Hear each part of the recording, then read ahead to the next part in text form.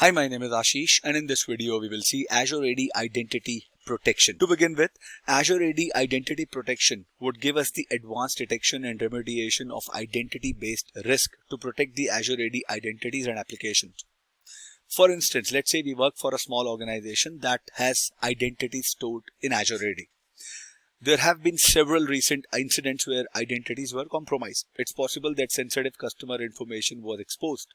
We would like to use Azure native services to protect our company from any future incidents. So we decided to use identity protection to protect the identity infrastructure.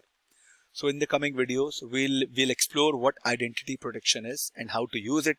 We'll detect the risk by using risk policies. Then we'll investigate detected risk and remediate them. I'm pretty sure that you will be able to know how to protect the organization identities from identity-based risk by using identity protection. So what is exactly AD identity protection? Well, Azure AD identity protection will help us to automatically detect, remediate, and investigate identity-based risk. So this works as, let me show you. So let's say this is your Azure AD identity protection. So its main task would be to detect, to investigate, and then to remediate. These are the main tasks that I expect that Azure AD identity protection does. So what are risks? Risk can be described as suspicious activity and actions by users when they sign in or when they take actions. As an admin, you would not go and look for every user's sign in or sign in logs. That, okay, is it a risk? It is a potential risk, or it's a false positive, it's a true alert, false alert, whatever. So the action that would be taken to remediate those would be taken care by Azure AD identity protection. And that is why we have categorized the risk as well as a user risk and the sign-in risk. So user risk is caused when a user identity or account is compromised, right? So there may be some unusual behavior,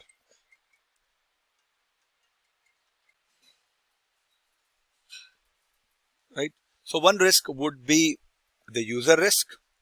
Second risk would be the sign-in risk. User risk would be an unusual behavior, like if you see some unusual activity or the patterns of usage are similar to those patterns that Microsoft system and experts have identified as attacks. Then there may be leaked credentials. The user credentials could have been leaked. Then there are some sign-in risk which would be categorized into unfamiliar sign-in properties, or when two or more sign-in occurs from distant location for the same user in a very short period of time, or malware linked IP addresses that may be originated from the blocked or suspicious locations, or anonymous IP addresses which are not tracked but you see a suspicious activity. Now, Azure Active Directory Identity Protection workflow is, now there are two different ways to detect and handle the identity risk: self-remediation and administrator remediation workflow. How would self-remediation works?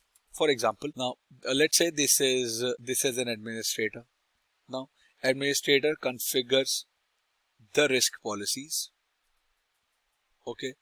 Now those risk policies they automatically respond to detect threats for you. Okay, so they detect the threats. Now, when they detect a threat, we can configure a risk policy to decide how we want identity protection to respond to a particular type of risk. We will then choose the action the user is asked to complete. Maybe they want to reset their password, and then we notify the user, and then the password is reset. Okay. Now in this workflow, administrator first will configure the risk policies. Then they would monitor for identify risk. When a risk is detected, the policy would enforce measures to remediate it. A policy might, for example, would prompt a user to reset their password. And then there are administrative remediation workflows, wherein we can let the admins decide how a risk should be remediated when it's been detected by the risk policies. In the administrative remediation workflow, the admin configures the risk policies like we do. Then the policies then monitor for identify risk. The admin is notified of the risk in report through an email notification. The admin views the detailed report and then would take an appropriate action.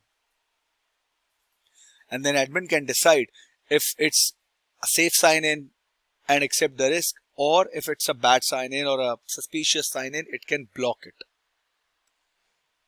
So that is a gist of identity protection overview in Azure AD.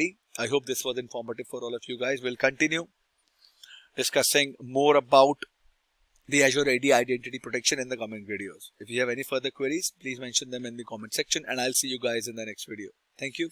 Have a good day.